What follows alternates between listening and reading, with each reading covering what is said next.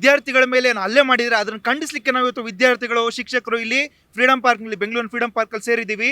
ಸರ್ಕಾರನೇ ಪೊಲೀಸ್ ಅವರ ಹಿಂದೆ ನಿಂತು ಅವರಿಗೆ ಆರ್ಡರ್ ಮಾಡಿದೆ, ಹೊಡಿರಿ, ಹಲ್ಲೆ ಮಾಡಿ ಅವ್ರನ್ನ ಅಲ್ಲಿಂದ ಖಾಲಿ ಮಾಡಿಸಿ ಅಂತ ಹೇಳಿ. ವಿದ್ಯಾರ್ಥಿಗಳು ಏನು ಕೇಳ್ತಿದ್ದಾರೆ ಸರ್? ನಮ್ಮ ಹಕ್ಕನ್ನು ಕೇಳ್ತಾ ಇದ್ದೀವಿ ನಾವು. ನೀಟನ್ನು ಎಕ್ಸಾಮ್ ಏನಿದೆ, ಲೀಕ್ ಪೇಪರ್ ಲೀಕ್ಗಳು ಹಲವಾರು ಬಾರಿ ಆಗ್ತಾ ಇದೆ. ಇದರಿಂದ ನಮಗೆ ಒಂದು ಸೊಲ್ಯೂಷನ್ ಕೊಡಿ ಅಂತ ಕೇಳ್ತಾ ಇದ್ದೀವಿ. 21 ದಿವಸದಿಂದ ಸೋನಮ್ ವಾಂಗ್ಚುಕ್ ಅವರು ಏನು ಉಪವಾಸ ಕುಂತಿದ್ರು, ಅದನ್ನು ಕೂಡ ತೆಗ್ಸಿದ್ದಾರೆ. ಅವ್ರನ್ನ ಸುಪ್ರೀಂ ಕೋರ್ಟ್ ಆರ್ಡರ್ ಮಾಡಿ ತೆಗ್ಸಾಕಿ ಅಲ್ಲಿಂದ ಜಾಗ ಖಾಲಿ ಮಾಡಿಸಿದ್ದಾರೆ. ಅಥವಾ ಏನು CJP ಅಂತೇಳಿ ವಿದ್ಯಾರ್ಥಿಗಳೆಲ್ಲ ಬಂದು ಹೋರಾಟ ಮಾಡ್ತಿದ್ರು, ಅದ್ರ ವಿರುದ್ಧ ಪೊಲೀಸ್ ಅವರೇನೆ ಲಾಠಿ ಚಾರ್ಜ್ ಮಾಡಿದ್ದಾರೆ. ಎಷ್ಟೋ ಜನಕ್ಕೆ ತಲೆ ಹೊಡೆದೋಗಿದೆ, ರಕ್ತಗಳು ಬಂದಿದೆ, ಹಲ್ಲೆ ಮಾಡಿದ್ದಾರೆ. ಇದು ಯಾರು ಕೇಳೋರಿಲ್ವ ಸರ್? ದೇಶದಲ್ಲಿ ಏನಾಗ್ತಿದೆ ಅಂತ. ವಿದ್ಯಾರ್ಥಿಗಳು ಯುವ ಜನರು ಅಂದರೆ ಅಷ್ಟು ಏನೋ ಕೇರ್ಲೆಸ್ ಆಗೋಗ್ಬಿಡ್ತಾರೆ ಇವ್ರಿಗೆ. ಮುಂದೆ ಓಟ್ಗೆ ಅದಕ್ಕೆ ಇದಕ್ಕೆ ಬರ್ತಾರಲ್ಲ ಸರ್, ಅವಾಗ ವಿದ್ಯಾರ್ಥಿಗಳು ಖಂಡಿತ ಉತ್ತರ ಕೊಡ್ತಾರೆ. ಇದಕ್ಕೆ ನಮ್ಮ ಡಿಮ್ಯಾಂಡ್ ಇರೋದು ಧರ್ಮೇಂದ್ರ ಪ್ರಧಾನ್ ಅವರು ಈ ಕೂಡಲೇ ರಾಜೀನಾಮೆ ಕೊಡಬೇಕು. ಅದರೊಟ್ಟಿಗೆ NTA ಏನಿದೆ ಸರ್, ಫಸ್ಟ್ ಅದನ್ನು ರದ್ದು ಮಾಡಬೇಕು. ಬೇರೆ ಆಪ್ಷನ್ಸ್ ಏನಿದೆ ಎಜುಕೇಷನ್ಸ್ ಡಿಸೈಡ್ ಮಾಡಲಿ. ಈ ಪಾಲಿಟಿಷಿಯನ್ಸ್ ಕುಂತು 4 AC ರೂಮಲ್ಲಿ 4 ಜನ ಕುಂತು ಡಿಸೈಡ್ ಮಾಡಬಾರ್ದು. ಎಜುಕೇಷನಿಸ್ಟು ಇವತ್ತು ಡಿಸೈಡ್ ಮಾಡಬೇಕು, ಹೆಂಗೆ ಒಂದು ಬೆಟರ್ ಪಾಲಿಸಿ ತರಬೇಕು. ಇವತ್ತು ಧರ್ಮೇಂದ್ರ ಪ್ರಧಾನ್ ಅವರು ಫಸ್ಟ್ ರಾಜೀನಾಮೆ ಕೊಡಿ, NTA ರದ್ದು ಮಾಡಿ ಸರ್. ಎಲ್ಲ ಇವತ್ತು ಪ್ರಗತಿಪರ ಸಂಘಟನೆಗಳು ಇವತ್ತು ಹೋರಾಟ ಮಾಡ್ತಾ ಇದ್ದೀವಿ. ಯಾಕೆ ಅಂತ ಹೇಳಿದ್ರೆ ನಿನ್ನೆ ಒಂದು ಕ್ರೂರವಾಗಿ ಆಗೋಗಿದೆ ಸರ್. ದೆಹಲಿಯಲ್ಲಿ ನಮಗೆ ನ್ಯಾಯ ಕೇಳ್ತಾ ಇರೋದಷ್ಟೇ, ಇನ್ನೇನು ಕೂಡ ಕೇಳಿಲ್ಲ.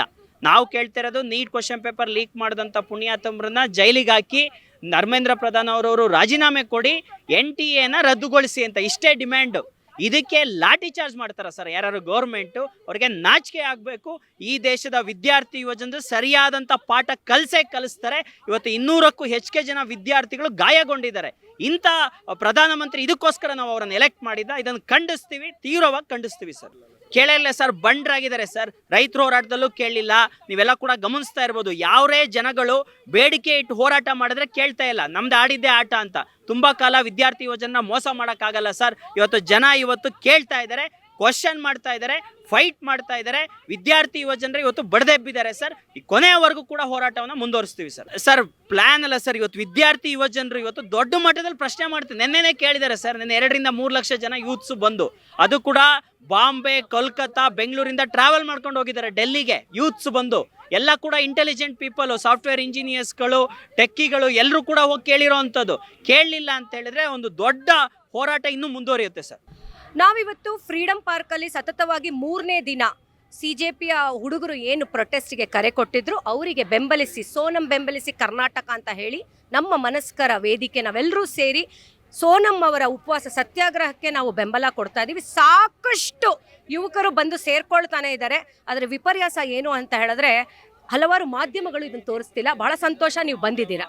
ಮತ್ತೊಂದು ವಿಚಾರ ಅಂತ ಹೇಳಿದ್ರೆ ಇಷ್ಟು ಅವಾಂತರಗಳು ಜಂತರ್ ಮಂತರಲ್ಲಿ ನಮ್ಮ ವಿದ್ಯಾರ್ಥಿಗಳ ಮೇಲೆ ಯಾವ ರೀತಿ ಒಂದು ದಬ್ಬಾಳಿಕೆ ಕೃತ್ಯವನ್ನು ಮಾಡ್ತಿದ್ದಾರಲ್ಲ ಅದನ್ನು ಖಂಡಿಸ್ತಾ ಇದ್ದೀವಿ. ಆದರೂ ಕೂಡ ಈ ಎಮ್ಮೆ ಚರ್ಮದ ಸರ್ಕಾರ ಅಂತ ನಾನು ಹೇಳ್ತೀನಿ. ನಿಮ್ಮಲ್ಲಿ ಅವ್ರು ಏನು ಕೇಳ್ತಿದ್ದಾರೆ? ಅವ್ರು ಕೇಳ್ತಿರೋದು ಒಂದು ಅಕೌಂಟಬಿಲಿಟಿ. ಸೋನಂ ವಾಂಗ್ಚುಕ್ ಅವರು ಕೇಳ್ತಿರೋದು ಅಕೌಂಟಬಿಲಿಟಿ. ಅವರು ವಿದ್ಯಾರ್ಥಿಗಳು ಕಷ್ಟಪಟ್ಟು ಒಂದು ಡಾಕ್ಟರ್ ಆಗಬೇಕು, ಮೆಡಿಸಿನಲ್ಲಿ ಏನೋ ಸಾಧನೆ ಮಾಡಬೇಕು ಅನ್ನೋ ಒಂದು ಉತ್ಸಾಹದಿಂದ ಅವರು ಎಕ್ಸಾಮ್ಗಳನ್ನು ತಗೊಳ್ತಾರೆ. ಆದರೆ ಇವತ್ತು ಆ ಎಕ್ಸಾಮ್ಗಳಲ್ಲಿ ಟ್ರಾನ್ಸ್ಪರೆನ್ಸಿ ಕಾಣಿಸ್ತಾ ಇಲ್ಲ. ಪೇಪರ್ಗಳು ಲೀಕ್ ಆಗ್ತಾ ಇದಾವೆ. 22 ಯುವಕರು ಆತ್ಮಹತ್ಯೆ ಮಾಡ್ಕೊಳ್ಳಿ. ಇದಕ್ಕೆಲ್ಲ ಯಾರು ಕಾರಣ?